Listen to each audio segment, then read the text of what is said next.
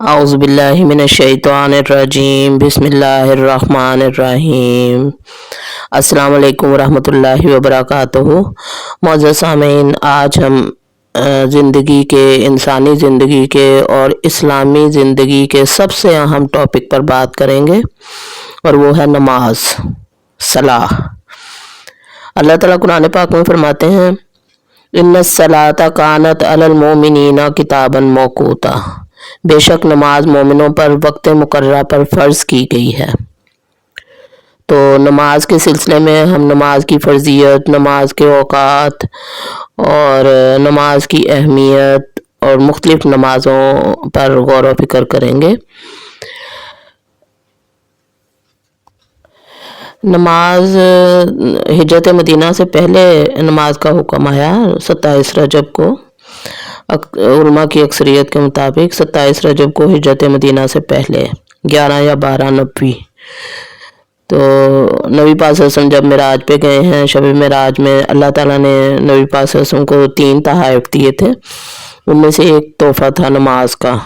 نبی پاک صلی اللہ علیہ وسلم کو 50 نمازیں دی گئی تھیں، جن میں سے پھر نبی پاک صلی اللہ علیہ وسلم نے کام کروا کے آخر 5 پہ آ کے رک گئے تھے۔ تو 5 نمازیں پڑھنا ایک دن میں ہر مسلمان کے لیے فرض ہے، کیونکہ نبی پاک صلی اللہ علیہ وسلم نے فرمایا کہ روز قیامت سب سے پہلا سوال نماز کے بارے میں ہوگا، اور پیارے نبی صلی اللہ علیہ وسلم نے فرمایا کہ نماز مومن کی معراج ہے، یعنی معراج النبی کے موقع پر صلی اللہ علیہ وسلم نماز عطا کی گئی۔ تو ہر مومن کے لیے یہ ایک تحفہ ہے، اور یہ نماز مومن کی معراج ہے۔ اللہ پاک نے 5 نمازیں پڑھنے کا حکم دیا ایک دن میں 24 گھنٹے میں، جن میں سے 3 نمازیں جو ہیں وہ دن کے اوقات میں ہیں، اور 2 نمازیں شام اور رات کے اوقات میں ہیں، فرض نمازیں۔ تو پہلی فرض نماز فجر ہے، جس میں کل 4 رکعتیں ہوتی ہیں، 2 سنت اور 2 فرض۔ تو نبی پاک صلی اللہ علیہ وسلم نے فرمایا کہ مجھے دنیا کی ہر چیز سے زیادہ فجر کی 2 سنتیں محبوب ہیں، اور یہ کہ نماز میری آنکھوں کی ٹھنڈک ہے۔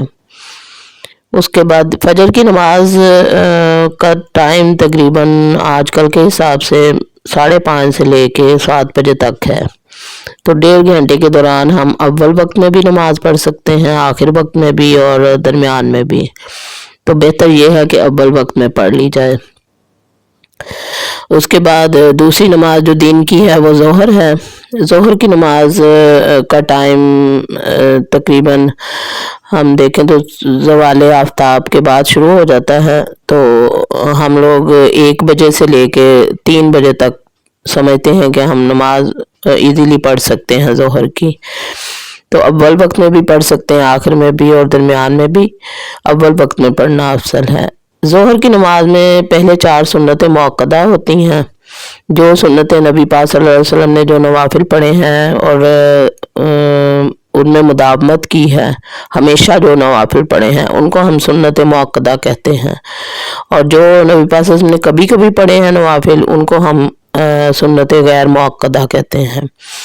سنت موقدہ میں فجر کی 2 سنتیں آ جاتی ہیں پہلی، پھر ظہر کی پہلی 4 سنتیں ہیں، اور پھر 4 فرض پڑھتے ہیں، اس کے بعد 2 سنتیں، اس کے بعد نفل ہم اپنی مرضی سے پڑھتے ہیں، تاکہ نماز میں کوئی کمی کوتاہی رہ جائے تو وہ کمپنسیٹ ہو سکے۔ پھر عصر کی نماز ہے، جس کے بارے میں بڑی ہی تاکید آئی ہے قرآن پاک میں بھی کہ اپنی درمیانی نماز کی حفاظت کریں۔ تو علماء کرام کے مطابق درمیانی نماز ہے عصر کی نماز۔ عصر کی نماز میں پہلے 4 سنتیں غیر موقدہ ہیں، اور پھر 4 فرض پڑھتے ہیں۔ 4 سنتیں غیر موقدہ جو نبی پاک صلی اللہ علیہ وسلم نے کبھی چھوڑی بھی ہیں اور کبھی پڑھی بھی ہیں، لیکن پڑھنا افضل ہے۔ پھر رات کی نمازوں میں شروع ہوتی ہے شام کی نماز مغرب، جس میں 7 رکعتیں ہوتی ہیں۔ پہلی 3 فرض ہم پڑھتے ہیں، اس کے بعد 2 سنتیں جو سنت موقدہ ہیں، چھوڑی نہیں جا سکتی، اور پھر نفل پڑھتے ہیں۔ نفل جتنے بھی پڑھ لیں اپنی استطاعت ہے۔ اس کے بعد عشاء کی نماز ہے آخری نماز دن کی، جو رات کو مغرب کے تقریباً 1-1.5 گھنٹے بعد ہوتی ہے۔ تو عشاء کی نماز میں کل 17 رکعتیں ہوتی ہیں، جن میں پہلے 4 سنت غیر موقدہ ہیں، وہ آپ کی مرضی ہے، آپ پڑھ لیں یا نہ پڑھیں، لیکن پڑھنا افضل ہے۔ اس کے بعد پھر 4 فرض پڑھتے ہیں ہم، پھر 2 سنتیں پڑھتے ہیں، پھر 2 نفل، پھر 3 وتر اور پھر 2 نفل۔ یہ 3 وتر جو ہیں یہ عشاء کی نماز کے ساتھ نہیں بلکہ علیحدہ نماز ہے، لیکن نبی پاک صلی اللہ علیہ وسلم نے مسلمانوں کی آسانی کے لیے عشاء کے ساتھ اس کو جوڑ دیا، کیونکہ وتر جو ہے وہ نبی پاک صلی اللہ علیہ وسلم ہمیشہ تہجد میں پڑھا کرتے تھے، رات کو سو کر اٹھنے کے بعد فجر سے پہلے۔ تو لیکن مسلمانوں کی آسانی کے لیے نبی پاک صلی اللہ علیہ وسلم نے فرمایا کہ عشاء کے ساتھ ہی پڑھ لیا کریں۔ حضرت ابو ہریرہ رضی اللہ تعالیٰ عنہ کو بھی آپ صلی اللہ علیہ وسلم نے نصیحت کی تھی کہ وتر جو ہے وہ عشاء کے ساتھ پڑھ لیا کریں۔ 3 وتر پڑھنے کے بعد پھر 2 نفل نبی پاک صلی اللہ علیہ وسلم پڑھا کرتے تھے۔ نبی پاک صلی اللہ علیہ وسلم کا معمول تھا 2 نفل پڑھتے تھے بیٹھ کے، جن میں پہلی رکعت میں سورہ زلزال پڑھتے تھے اور دوسری رکعت میں سورہ کافرون پڑھا کرتے تھے۔ تو یہ 5 نمازیں مکمل ہو جاتی ہیں، اور نبی پاک صلی اللہ علیہ وسلم نے فرائض تو ظاہر ہے پڑھنے ہی ہیں، وہ تو چھوڑ ہی نہیں سکتے۔ اس کے علاوہ سنتیں جو موقدہ ہیں وہ بھی نہیں چھوڑنی چاہیے، کیونکہ نبی پاک صلی اللہ علیہ وسلم نے فرمایا، صحیح بخاری کی حدیث ہے کہ یہ جو 12 سنتیں ہم ایک دن میں پڑھتے ہیں نا فرض نمازوں کے ساتھ، یہ جنت میں لے جانے کا ذریعہ بن جائیں گی، اس پر جنت واجب ہو جاتی ہے۔ جو یہ 12 سنتیں پڑھتا ہے اس پر جنت واجب ہو جاتی ہے، یہ صحیح بخاری کی حدیث ہے۔ تو اس طرح نمازیں جو ہیں 5 نمازیں ہمیں 24 گھنٹوں میں مکمل کرنے کا حکم ہے۔ پھر نمازوں کے ساتھ تسبیحات پڑھتے ہیں، دعا مانگتے ہیں۔ دعا بہت ضروری ہے، نماز کے بعد لمبی دعائیں مانگنی چاہیے، کیونکہ یہی سنت ہے، لمبی دعائیں مانگنے کا طریقہ اللہ تعالیٰ کو اور اللہ کے نبی کو بہت پسند ہے۔ دعا، نبی پاک صلی اللہ علیہ وسلم نے دعا کے بارے میں فرمایا کہ الدعاء هو العبادہ، دعا ہی عبادت ہے، اور یہ بھی فرمایا کہ الدعاء مخ العبادہ، دعا عبادت کا مغز ہے۔ تو دعا بہت ضروری ہے، دعا اصل میں عبادت ہی ہے، جس کے قبول ہونے میں کوئی شک نہیں ہونا چاہیے بندہ مومن کو، کیونکہ دعا اگر دنیا میں فوری قبول نہ ہو تو کچھ عرصے بعد قبول ہو جاتی ہے، ورنہ وہ آخرت کے لیے رکھ دی جاتی ہے۔ اور نبی پاک صلی اللہ علیہ وسلم نے فرمایا کہ جو آخرت میں جو ہم نے دنیا میں دعائیں مانگی ہیں وہ اگر دنیا میں پوری نہیں ہوئی تو آخرت میں ان کا اتنا صلہ ملنے والا ہے کہ انسان اس وقت سوچے گا کہ کاش میری دنیا میں کوئی دعا قبول نہ ہوتی، اتنا اچھا اللہ صلہ دینے والے ہیں اس کا۔ اس کے علاوہ نفل نمازیں آ جاتی ہیں، جن میں سب سے اہم نماز جو ہے وہ تہجد کی ہے، فجر سے پہلے 1 آدھا گھنٹہ پہلے اٹھ کر نوافل پڑھنا۔ نبی پاک صلی اللہ علیہ وسلم کا معمول تھا کہ 8 رکعتیں نفل پڑھتے تھے اور ساتھ 3 وتر پڑھا کرتے تھے، تو کل 11 رکعتیں پڑھا کرتے تھے، جن میں قل هو اللہ کی کثرت ہوتی تھی اور لمبی آیتیں بھی سورتیں بھی پڑھا کرتے تھے۔ تو اس کے علاوہ دوسری جو نماز بہت زیادہ اہم ہے، جس کا ثواب اتنا بتایا گیا کہ اگر آپ فجر کے بعد سورج نکلنے تک مصلی پہ بیٹھتے ہیں اور اللہ کا ذکر کرتے ہیں اور اس کے بعد 4 رکعت نوافل پڑھ لیتے ہیں، 2 یا 4 رکعت نفل پڑھ لیتے ہیں، تو وہ نماز اشراق جو ہے وہ حج اور عمرہ کے برابر آپ کو اس کا ثواب ملتا ہے۔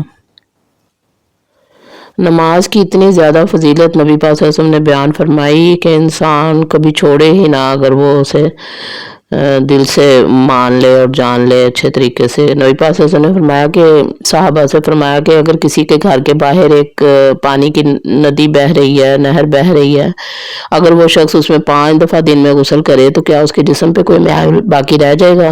صحابہ کرام نے فرمایا کہ نہیں یا رسول اللہ صلی اللہ علیہ وسلم۔ تو آپ صلی اللہ علیہ وسلم نے فرمایا کہ بس جو بندہ نماز پڑھتا ہے اس کا یہی حال ہے کہ وہ گناہوں سے پاک ہو جاتا ہے، اس کے ذمہ کوئی گناہ باقی نہیں رہتا۔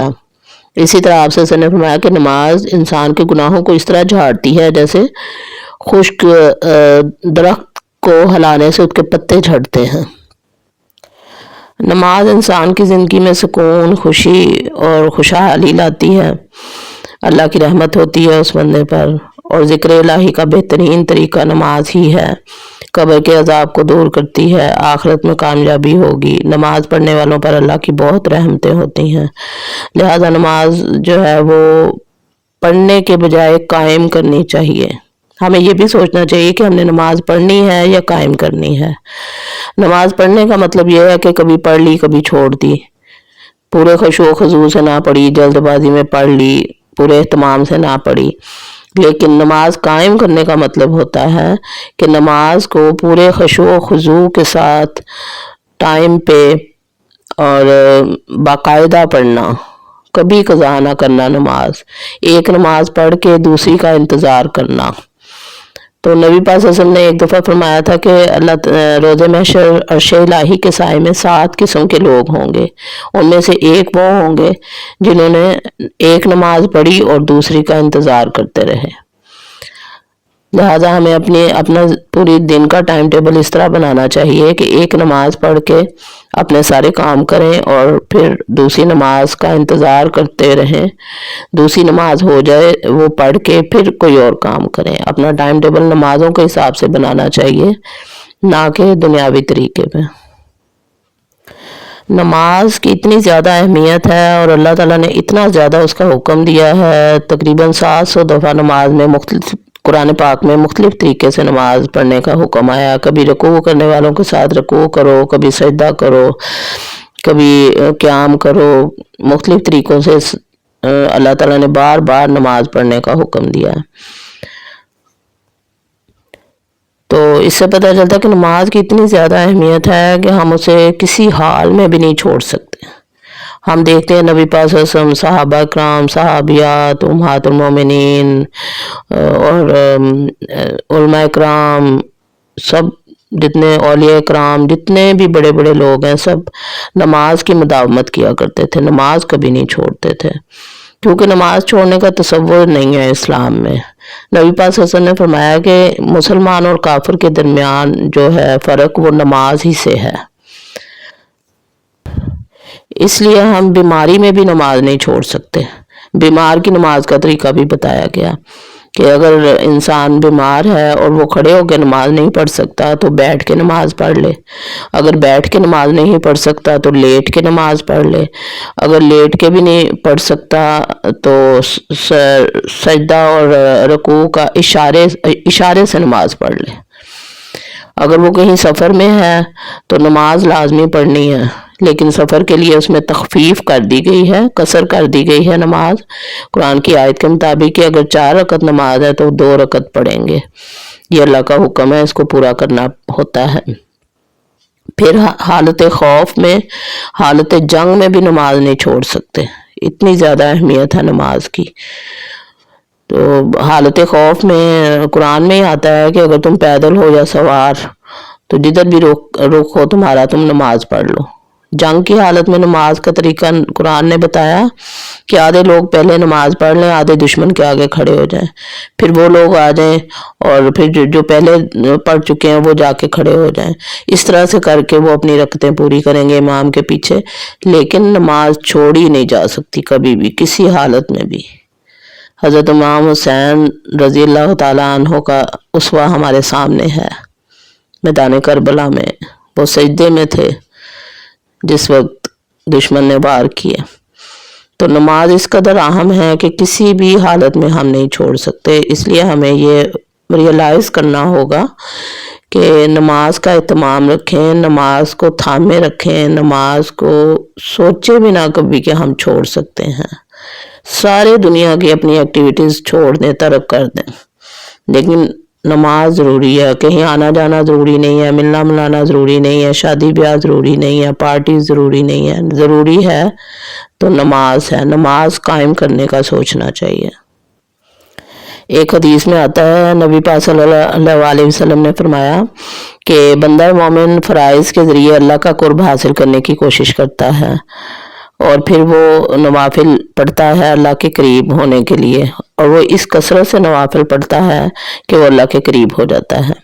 پھر اللہ تعالیٰ اس کا ہاتھ بن جاتا ہے جس سے وہ پکڑتا ہے، اللہ تعالیٰ اس کے کان بن جاتا ہے جس سے وہ سنتا ہے، اللہ تعالیٰ اس کے پاؤں بن جاتا ہے جس سے وہ چلتا ہے، یعنی ہر کام وہ اللہ کی حکم کے مطابق اور اللہ کی مرضی سے کرتا ہے۔